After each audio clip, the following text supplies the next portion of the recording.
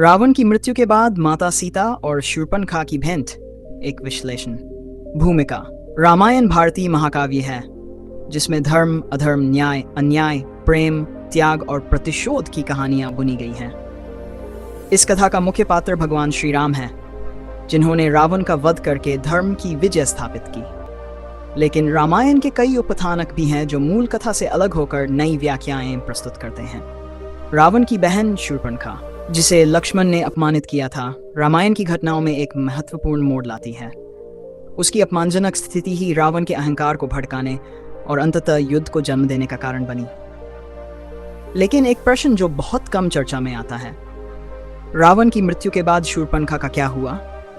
क्या वह माता सीता से मिली? यदि हाँ, तो क्यों? यह लेख इस प्रश्न का गहराई से विश्लेषण करेगा और विभिन्न कथाओं के आधार पर इसकी व्याख्या करेगा। शूर्पणखा का चेहरा। एक परिचय। वाल्मीकि रामायण में शूर्पणखा का वर्णन एक ऐसी महिला के रूप में किया गया है जो स्वतंत्र, प्रबल इच्छा शक्ति वाली, लेकिन क्रोध और प्रतिशोध से प्रेरित थी। जब उसने राम से विवाह का प्रस्ताव रखा तो राम ने इसे अस्वीकार कर दिया। जब उसने सीता को मारने की धमकी दी तब लक्ष्मण ने उसकी नाक और कान काटकर उसे दंडित किया। अपमानित और क्रोधित होकर वह लंका चली गई और रावण को भड़काया कि वह सीता का अपहरण करे। इस संदर्भ में यदि शूर्पणखा रावण की मृत्यु के बाद सीता से मिलने जाती है तो इसके पीछे कई संभावित कारण हो सकते हैं। संभावित कारण: शूर्पणखा क्यों मिली माता सीता से? और प्रतिशोध लेने की भावना। रावण की मृत्यु के बाद लंका खंडहर बन चुकी थी। अशोक वाटिका में कैद माता सीता को श्री राम वापस अयोध्या ले जाने वाले थे। इसी बीच शूर्पणखा, जिसने अपने भाई की मृत्यु देखी थी, सीता से मिलने पहुंची। शूर्पणखा को लग सकता था कि उसकी दुर्दशा और उसके भाई की मृत्यु का कारण सीता ही है। वह क्रोध में थी और सीता को शाप या धमकी देने के लिए आई थी। शायद उसने सीता पर ताने कसे होंगे कि उसकी वजह से लंका का विनाश हुआ। लेकिन माता सीता के धैर्य और करुणा ने शूर्पणखा के इस आक्रोश को शांत कर दिया। उन्होंने शूर्पणखा से कहा, मैंने किसी का विनाश नहीं चाहा। न मैं रावण के युद्ध की कारण बनी, न मैं तुम्हारे अपमान की दोषी हूं। यह सब केवल अधर्म और अहंकार के कारण हुआ। यह सुनकर शूर्पणखा कुछ देर के लिए मौन हो गई और सोच में पड़ गई कि वास्तव में दोष किसका था, उसका जिसने रावण को भड़काया, या स्वयं रावण का जिसने अधर्म का रास्ता चुना? पश्चाताप और आत्मबोध। शूर्पणखा को यह एहसास हुआ कि उसके कारण ही यह महासंग्राम हुआ था। यदि उसने राम से विवाह प्रस्ताव अस्वीकार किए जाने के बाद संयम रखा होता तो शायद यह युद्ध टल सकता था। संभावना: वह सीता से क्षमा मांगने आई हो सकती है। वह यह जानना चाहती थी कि क्या सीता ने भी उसे लेकर कोई वैरभाव रखा है। माता सीता ने उससे कहा, यदि तुम्हारा हृदय शुद्ध हो गया है तो तुम्हारा आक्रोश भी शांत हो जाएगा।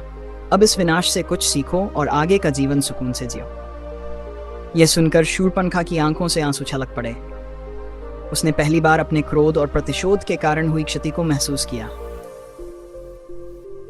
लंका की भविष्य की चिंता। रावण के मरने के बाद लंका का क्या होगा? विभीषण को राजा बना दिया गया था, लेकिन शूर्पणखा को यह संदेह था कि क्या विभीषण सही ढंग से शासन कर पाएगा।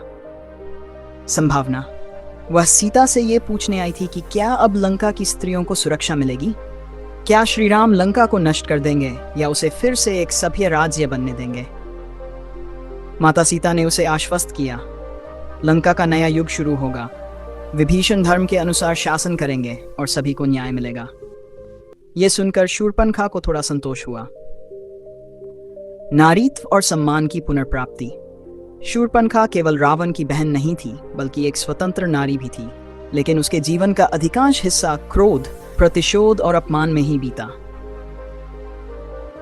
वह सीता से यह समझने आई थी कि एक नारी को अपमान झेलने के बाद किस प्रकार सम्मान पुनः प्राप्त करना चाहिए। उसने सीता से पूछा होगा, तुमने अपमान और कैद सहा, लेकिन फिर भी शांत और धैर्यवान रही। मैंने अपमान सहा और प्रतिशोध लिया, फिर भी हार गई, क्यों?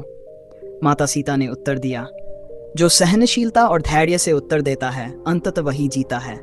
प्रतिशोध केवल विनाश लाता है, शांति नहीं। शूर्पणखा को पहली बार एहसास हुआ कि प्रतिशोध का मार्ग हमेशा सही नहीं होता। भविष्य प्रति जिज्ञासा। रावण की मृत्यु के बाद क्या शूर्पणखा को कोई नया मिल सकती थी? संभावना। वह जानना चाहती थी कि उसका भविष्य क्या होगा। वह यह जानना चाहती थी कि क्या अब कोई उसे स्वीकार करेगा। माता सीता ने उसे आश्वस्त किया, अतीत को भूलकर एक नई राह चुनो। यदि तुम चाहो तो तुम भी धर्म के मार्ग पर चल सकती हो। यह विचार शूर्पणखा के लिए नया था, लेकिन उसने पहली बार महसूस किया कि प्रतिशोध के बजाय एक नई शुरुआत करना ही बेहतर होगा। शूर्पणखा की अंतिम यात्रा। कहाँ गई वह? शूर्पणखा के बाद की कथा के कई संस्करण हैं। वह जंगल में चली गई और तपस्या करने लगी ताकि अपने पापों का प्रायश्चित कर सके। वह किसी और राज्य में चली गई और नया जीवन शुरू किया।